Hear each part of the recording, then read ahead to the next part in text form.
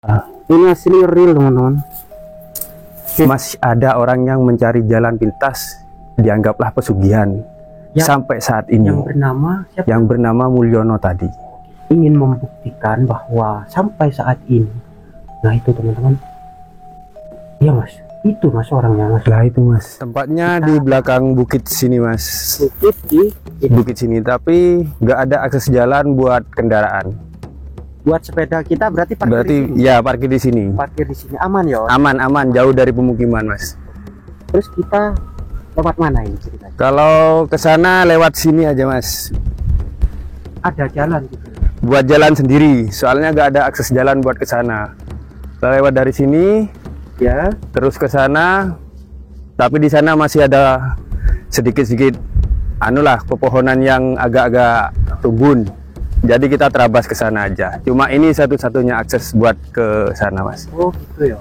Berarti sepeda itu nggak bisa sampai ke lokasi. Nggak bisa, nggak ada akses jalan ke sana. Kita lanjut jalan yuk. Terus itu gimana Kang? Bener kabar warga itu di sini itu ada orang bertapa atau bagaimana ceritanya Kang? Jadi gini mas, ada seorang pengusaha yang bernama Mulyono. Dia itu dulunya kaya dan bangkrut. Dia itu depresi. Jadi cari jalan pintasnya itu ke gua sini, tempat sini. Yang kabarnya pesugihan dari tempatnya Nyi Blorong. Terus nama dari Mulyono tersebut kok tahu mas kalau di sini itu tempatnya orang melakukan pesugihan, ritual pesugihan? Itu dapat kabar dari warga sini mas. Soalnya di sini tuh hampir gak pernah putus. Tiap tahun pasti ada yang ke gua situ mas. Ya. Soalnya di bawah kita jurang. Makanya Yang kita lihat saat ini, nah, di bawah kita itu jurang ya, sangat dalam ya. Jadi kita itu tidak bisa ya membawa kendaraan. Oke, kita akan melanjutkan. Jadi ceritanya tuh beliau tuh bukan warga sini, bukan mas. dia tuh pendatang. Dia pendatang dari Jakarta. Ini masih jauh mas? Masih jauh mas. Ya nggak terlalu jauh sih, lumayan. Ya. Aksesnya di belakang pohon situ. Kita turun ke bawah. Nah, ini ada akses jalan cuma buat petani. Jadi di sini daerah perbukitan mas. Iya. Anu ya mas ya, ada hujan gitu ya. Petaninya nunggu hujan kalau mau tandur, mau mengolah tanah, tanam. Itu nunggu hujan mas. Sekarang musim kemarau, masih jarang orang petani kesini mas. Lah di belakang sana tuh mas, di bawah turun nanti. Oh bisa ya? Bisa. Gimana cerita luasnya tentang pertapa yang dari Jakarta? Dia itu kemungkinan berkelana dulu mas. Lah soalnya kan jaraknya jauh. Jadi Tirakat jalan. Sampai sini bertemu dengan juru kunci atau yang orang sekitar sini yang ngertilah wilayah sini, entah itu juru kunci atau paranormal sini, disuruhnya dia itu bertapa. Oh berarti dia itu yang memberitahu bertapa di sini itu dia sering membantu orang melakukan ritual pesugihan. Ya bisa dibilang di situ orang itu paranormal sinilah. Paranormal. Paranormal. Spiritual. Tokoh spiritual atau juru kunci di sini. Guanya di bawah situ mas. Nanti kita turun dari sini. Sulit ya akses jalan. Akses jalannya gitu mas. Makanya kendaraan nggak bisa masuk. Oh gitu ya. Tadi kita nyebrang dari bukit sana. Kita tadi nyebrang dari sana mas. Di balik bukit ini. Jalannya ya seperti ini ya. Apa namanya? Naik turun gitu. Bisa ya? Bisa, insya Allah bisa mas lewat sini. Tapi pelan-pelan mas. Lihat dulu.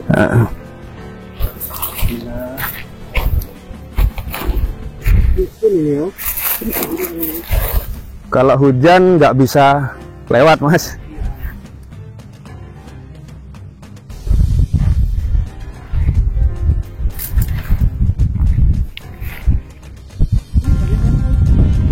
Apa ya? Ini akibat penebangan liar. Dulunya ini Anu ya? faktor alam, Oh, faktor penebangan. penebangan liar. Bang, kayak gini teman-teman, penebangan pohon.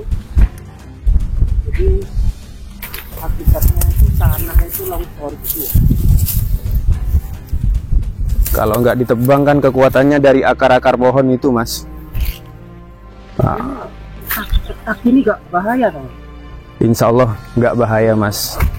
Masih ada pohon-pohon kecil. Ya, kan gak kuat. Kemungkinan kalau hujan bisa longsor lagi nih, Mas. Ya, memang terjadinya bencana alam itu terkadang itu karena perbuatan ulah manusia. Kayak ini gak ada apa. Nggak ada, Mas. Banyak duri-duri seperti ini. Duri. Entah kalau ada yang ngelihat ular. Ya untuk nih. Nah, tapi jarang ya warga datang sini ya. Jarang ada warga kesini. Ini duri teman-teman. Duri semacam Trimalu gitu. Ini kalau ada apa itu, Mas? Ini tembusan lain nih, Mas. Hah? Ada kulit ular yang udah berganti kulit. Kulitnya ular, ya Allah. Besar, Mas. Besar loh, teman-teman. Ya Allah, panjang. Coba, ya Allah. Asli panjang, besar teman-teman. Kira-kira kelihatan apa enggak ini? Ini teman-teman, dari sini ya, dari sini terus sampai ke sana, kurang lebih ini 2 meter teman-teman. Depan. Ini ya, coba. Coba lihat. Coba, biar teman-teman kelihatan. Ini asli teman-teman ya, sangat besar ya. Nih, Wah, ini kepalanya. kepalanya dah. Kobra kayaknya ini, Mas. Gila. Kalau dari sisik ya. Besar ya. Oh, Nah. Kayak ngeri ya. Ini kepala ya. kepala.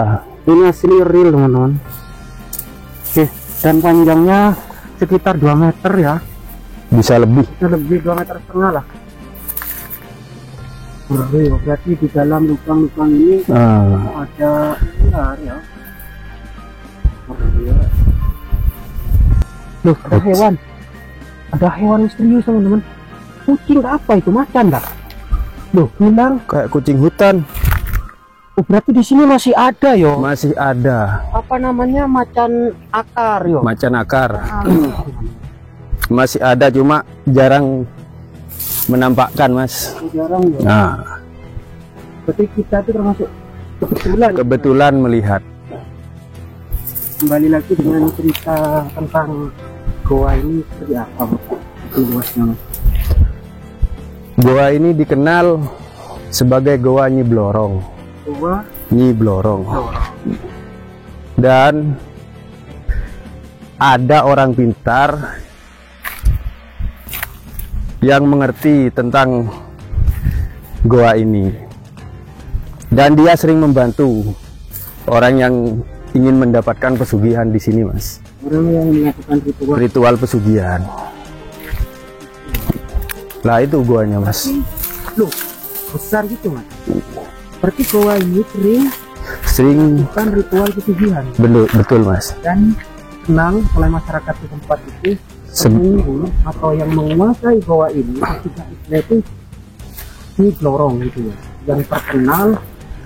yang terkenal memberikan kekayaan secara instan gitu. Nah, ini untuk luas goa, ketinggiannya kurang lebih 3 meter lebih ya, lebarnya sekitar 5 meter teman. Itu besar seperti rumah teman, seperti istana. Coba kanan maju ke di bawahnya, Mas. Seperti itu teman-teman, tingginya dan lebarnya seperti itu. Oke, kita persiapkan paling tidak perangkatnya seperti center begitu. Ini, Mas, senternya, Mas, pegang. Rahayu, rahayu. Kita pelan-pelan aja masuk ke dalam. Berarti di dalam itu sudah ada. Ada yang bertapa. Kita jangan mengganggu. Kita hanya memperlihatkan seperti apa keadaan orang bertapa dan ingin membuktikan kira-kira di mana ya. Kita cari ya. Dan ada apa ya mas? Apa itu mas? Burung mas. Burung.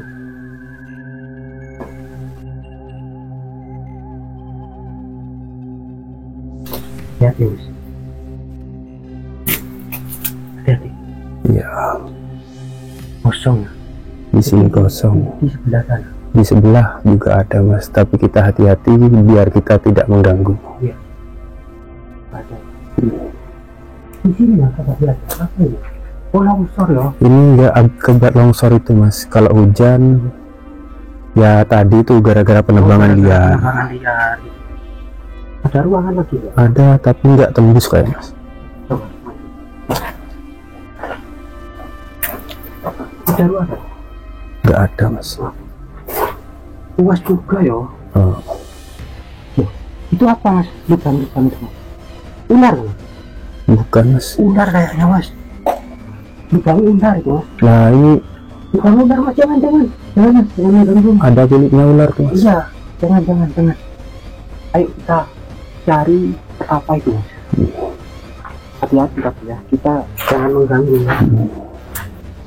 Kita pelan-pelan saja ke sana mas.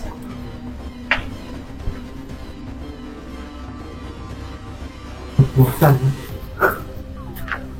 Medannya terlalu sulit. Terjal ya. Gua ini mas, para sesepuh dulu itu taunya seperti ini. Gua ini. Ini kok ada apa namanya? Ini ada kulit ular. Ular mas. Ya Allah, ini teman-teman, kita belum apa-apa masuk gua ini sudah disambut kulit ular. Ini sih, ini ya. Nah, terus mas, soal tentang goa ini dijaga di lorong, digunakan tempat ritual pesugihan, itu gimana mas? Apakah memang seperti itu keadaannya atau bagaimana sih cerita luasnya soal goa ini mas, tentang pesugihannya mas? Selama ketemunya goa ini, di situ orang zaman dahulu itu para sesepuh desa, Ya. ada orang yang mengerti atau orang yang punya spiritual lah, ilmu spiritual. Jadi dia itu mencoba masuk dan dia itu mengerti kalau di sini tuh yang menunggu itu Nyi Blorong. Dan konon Da- goa ini tembus pantai selatan. Apakah betul seperti itu? Emang betul mas, menurut penerawangan yang pertama kali sesepuh masuk sini paranormal, Iya. emang itu pernah bertapa dan gua ini tembus ke pantai selatan.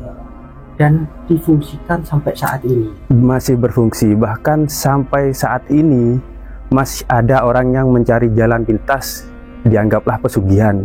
Ya, sampai saat ini Yang bernama siapa? yang bernama Mulyono tadi. Kita coba masuk ke dalam ya. Kita tetap hati-hati dan niat kita tidak ingin mengganggu, cuma kita ingin membuktikan bahwa sampai saat ini, nah itu teman-teman, ya mas, itu mas orangnya mas. Lah itu mas, Kita maju tapi pelan-pelan, senternya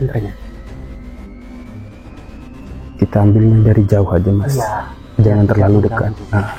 Jadi teman-teman seperti ini ya. Ya Allah, ternyata benar ya, kalau sampai zaman saat ini, meskipun zaman sudah modern, yang konon modern gitu ya, tapi masih ada orang yang melakukan pertapaan yang bertujuannya itu melakukan pesugihan. Benar Ya mas. Allah. Terus gini mas, orang yang bertapa di sini tuh biasanya seperti apa? Apakah beliau itu mendapatkan uang atau mendapatkan apa sehingga beliau kaya? Seperti apa mas? Kebanyakannya bukan uang mas, termasuk seperti harta karun, Mas, emas, bisa benda-benda yang lain mas, tidak berupa uang. oh tidak berupa uang. Bahkan sempat ada yang melihat yang setiap kali bertapa di sini tuh keluar dan tidak kembali lagi itu pulangnya itu bawa peti, Mas. Ya Allah. Tapi di situ kemungkinan tidak berupa uang. Iya, iya. Kemungkinan Hiasan. lah seperti harta karun itu, Mas.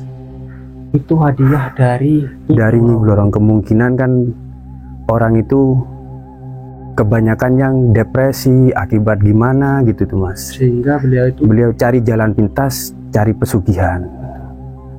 termasuk Bapak Mulyono ini, teman-teman, seperti yang kita lihat ini.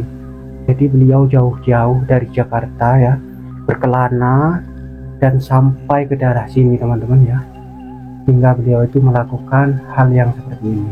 Semoga kita dan keluarga kita dijauhkan dari hal-hal yang seperti ini gitu loh.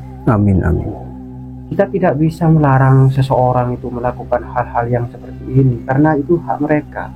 Kalau bisa ya kita membantu gitu loh, bukannya mengolok-olok sesat atau bagaimana gitu. Kasihan juga ya.